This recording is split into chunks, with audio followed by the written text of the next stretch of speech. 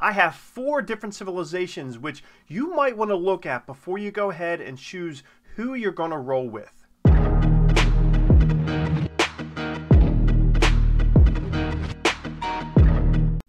What is going on, guys? It is Duke and welcome to the video. Thank you guys for coming out today. I appreciate you guys so much. Today we're going to look at civilizations and who might be the best civilizations to go with if you're pretty much a farmer. Now, when I say farmer, everyone in the game, of course, is a farmer, but there's other players who play the game a little bit more aggressive than others. Now, you could be one of them. Like I said, I'd love to hear from you in the comments down below. Are you one that goes out there constantly looking to go after and attack people? This kind of game, you have to be diplomatic. So you can't be going kamikaze nonstop, but everyone has to go ahead and farm up resources, boost up resources to go ahead and further the production of your city with your upgrades. The further up, you get the tier 3 troops, tier 4, tier 5 troops, which is insanity, but everybody needs to kind of be looking at these things. So we're getting towards update time when you got a bunch of different civilizations, 3 to be exact, coming into play. So it's going to be around that time when maybe people are looking to opt out of their current civilization, maybe looking into going into something new, or maybe something old but new to you. So here we go. We're going to jump in. And right now, if you're not subscribed, now's the time to do it. Down below, click that subscribe button. Turn your notifications on because we're coming out with Rise of Civilizations content each and every single day. So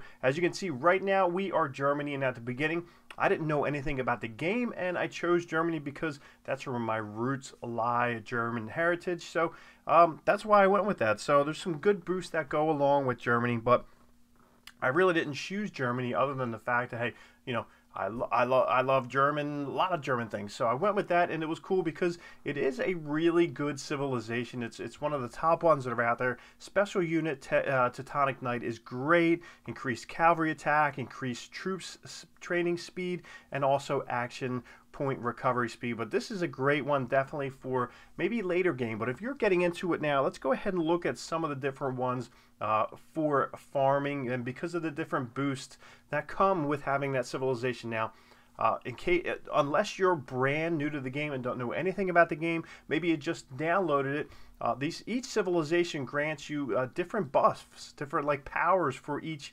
individual civilization. So we're going to be looking at the farming ones here and how they pertain to that specific civilization. So let's look at the first one for Rome. If we go through, we got 3 different ones here. Increased infantry defense, which doesn't really affect farming. Increased troop march speed, which does, because you want to get out to your RSS plots and back faster, which is great. 5% buff. And in this last one here, increased food gathering speed by 10%. So that's a big one. That is pretty big to look at. So that's one thing you do want to keep in mind when you're picking out your civilization. Increased food gathering speed by 10%. Now, right now, in my game where I'm at, it seems like I'm always looking for food. I'm always lowest. I have tons of gold. I have a good amount of stone, or a lot of stone. What I seem to be doing okay with, but food is one thing that I'm always sending out farmers for constantly, it seems like. So that's where I'm at right now. So let's jump into the second one, France. If you played the game, if you know the game, you know that Joan is one of the best commanders for farming. She is just a beast when it comes to it. So let's look at the buffs here. We have increased troop health by 3%, wood gathering speed by 10%. That's a big one. That is huge. 10% on top of being able to flip the script here with Joan. Getting in and out, she is great. Like I said, if you can get more Joan sculptures, things are going to go great. She is a great farmer and an excellent support commander. Throwing axemen. Who doesn't love throwing axes? So you got to love that. So it doesn't pertain to farming, throwing axes, but I'm sure it could if you wanted it to. But 10% wood gathering speed is nothing to shake a stick at. So next one here is indirect. By that I mean, if we look at the different buffs, increased cavalry defense, experience gained from barbarians and other neutral units by 10, but this one here, resource production by 20%. So you can get 20% more resources. It looks like that is what it experience gained from other by neutral percent, and resource production 20%. So I'm reading that, and I think it says that you can your speed up on your resource production is 20%. So that's like I said, indirect farming. You're not going out. That pertains to your resource production inside your city walls. So a little bit different from farming. You're farming within your city here, but that's one thing you really need to look at. I really didn't even know that because I honestly, between me and you, I don't spend a lot of time looking at Spain. I really don't have Pelagius leveled up at all. He is one commander that I just really haven't looked at much. Conquistadors, I love Conquistadors. So, but resource production by 20%. That's pretty awesome. So maybe if you're one who just logs in and logs out, you don't have a ton of time to devote to the game, especially for long stretches of time, that might be something that you want to look at because you can log in, collect your resources, and get back out. So those are some big things that maybe you should look at.